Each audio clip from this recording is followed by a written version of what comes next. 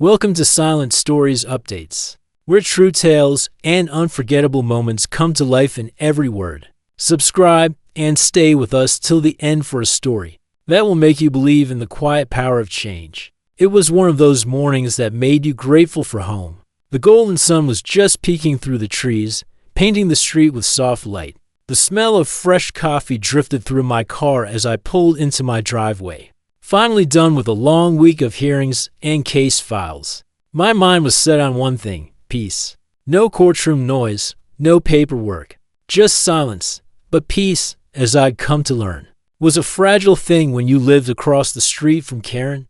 Karen had moved into our quiet little neighborhood just 6 months earlier. But in that short time, she had managed to rewrite the meaning of the word neighbor. She was the type who noticed everything: who parked where, who didn't mow their lawn on time, who dared to put their trash cans out a few minutes early. If she wasn't watching through her blinds, she was on her front porch with her phone, ready to report violations. I'd had a few brief encounters with her, mostly polite nods and the occasional forced small talk, but nothing more. That morning, though, she decided to make me her next target. I had just stepped out of my car, coffee in hand, when I heard her voice pierce the quiet air. "Excuse me," she yelled from across the street, marching over with purpose. "You can't park there." I turned, a bit startled. "I'm sorry?" "That car," she said, pointing sharply. "This is a private neighborhood. You can't park overnight, and that vehicle doesn't belong here." "I don't recognize it," I blinked, trying to process what I was hearing. "Ma'am, this is my driveway. That's my car. I live here." She frowned, narrowing her eyes. "No, I've been here long enough to know everyone's vehicles. You must be visiting someone. And this looks suspicious. You don't even have real plates." I sighed. "They're temporary plates. I just bought the car last week." She crossed her arms, unmoved. "I don't believe you. People try to sneak in here all the time. You can't just claim you live here." I tried to stay calm. "I've lived in this house for 15 years, she scoffed. "Don't lie to me. I know who lives there. A man named Thompson." I gave her a long look. "Yes, that's me." For a second, she looked unsure, but then her jaw tightened. "We'll see about that." She pulled out her phone and, to my disbelief, started dialing. "You're not seriously calling the police, are you?" I asked. "I'm calling 911, she snapped. "There's a strange man trespassing on private property, and I'm not taking any chances." At that moment, all I could do was stand there, coffee still in hand, as she described me to the dispatcher. My height, my car, my hostile behavior. Within 10 minutes, the police cars pulled up. The flashing red and blue lights danced across my house, the same one I'd worked so hard for, the same one I thought represented safety and peace. The officers stepped out, calm but cautious. One of them, a familiar face, recognized me almost instantly. "Judge Thompson?" he said, clearly surprised. Karen's voice faltered. "Judge," she whispered. Double quotes, "Yes, officer," I said evenly. "Just came home, and apparently, that's suspicious now." The officer exchanged a quick glance with his partner. "No, sir, not at all. Sorry for the disturbance. We'll handle this." He turned to Karen, his expression shifting to professional restraint. "Ma'am, this man lives here. His ID, registration, and records all confirm that." Karen's confidence evaporated. "Oh, I didn't know. I just thought." "That's the problem," the officer interrupted gently. "You thought wrong." I didn't press further. I just nodded to the officers and went inside, closing the door behind me. Through the window, I saw Karen still standing there, her face pale, her hands shaking slightly. I figured that was the end of it. Just another unnecessary confrontation that would fade into neighborhood gossip. But life has a way of bringing things full circle. 3 months later, I walked into the courthouse, my robe flowing behind me as I prepared for another long day of hearings.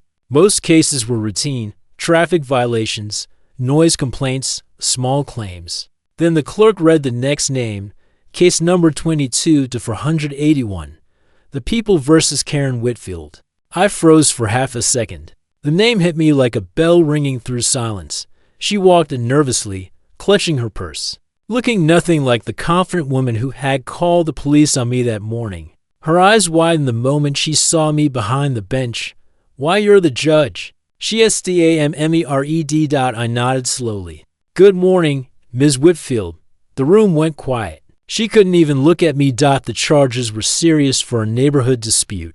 Filing a false report, harassment, misuse of emergency services. As the evidence was presented, it became clear this wasn't her first time. She had called 911 on delivery drivers, teenage kids, a gardener, and even her next-door neighbor for acting suspicious. The 911 operators had flagged her account for repeated false claims.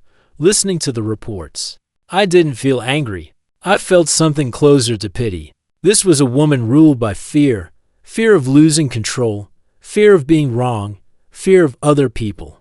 When it was her turn to speak, her voice trembled. "Your Honor, I never meant any harm. I just wanted to keep the neighborhood safe. I thought I was doing the right thing." I leaned forward slightly. "You called 911 because you didn't recognize people in your own neighborhood. You frightened others. You wasted emergency resources. And you humiliated innocent people, including me." She looked down, tears forming in her eyes.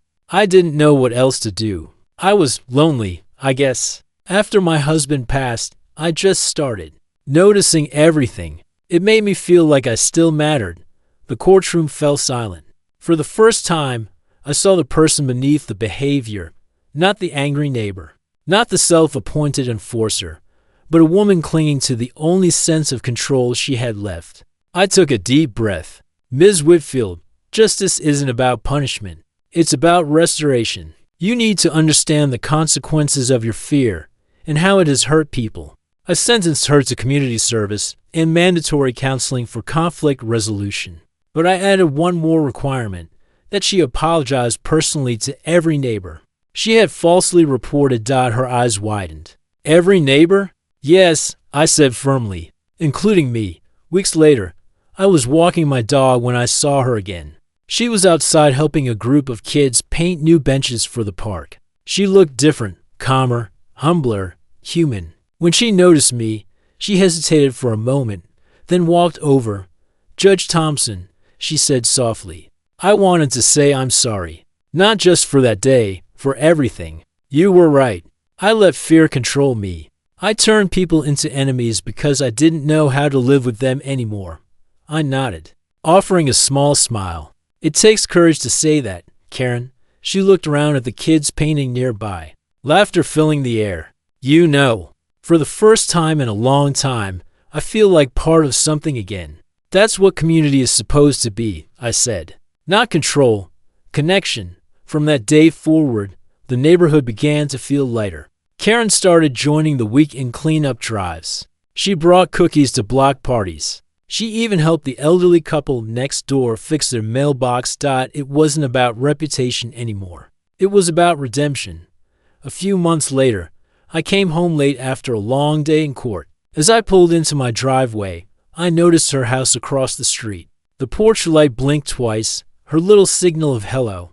I smiled. It was such a small gesture, but it meant everything. That's when I realized something. Justice doesn't always come from a gavel or a courtroom. Sometimes it comes quietly, in forgiveness, in change, in a second chance. Karen had called the police on me, humiliated herself in the process, and faced the weight of her actions in court. But in the end, she became proof that no one is beyond growth. No one is too far gone to find their way back to kindness. And for me, as a judge, that was the greatest verdict of all. Not one written in law, but one written in the heart. Because the truth is, life has its own way of balancing the scales. The person you wrong today might be the one who teaches you compassion tomorrow.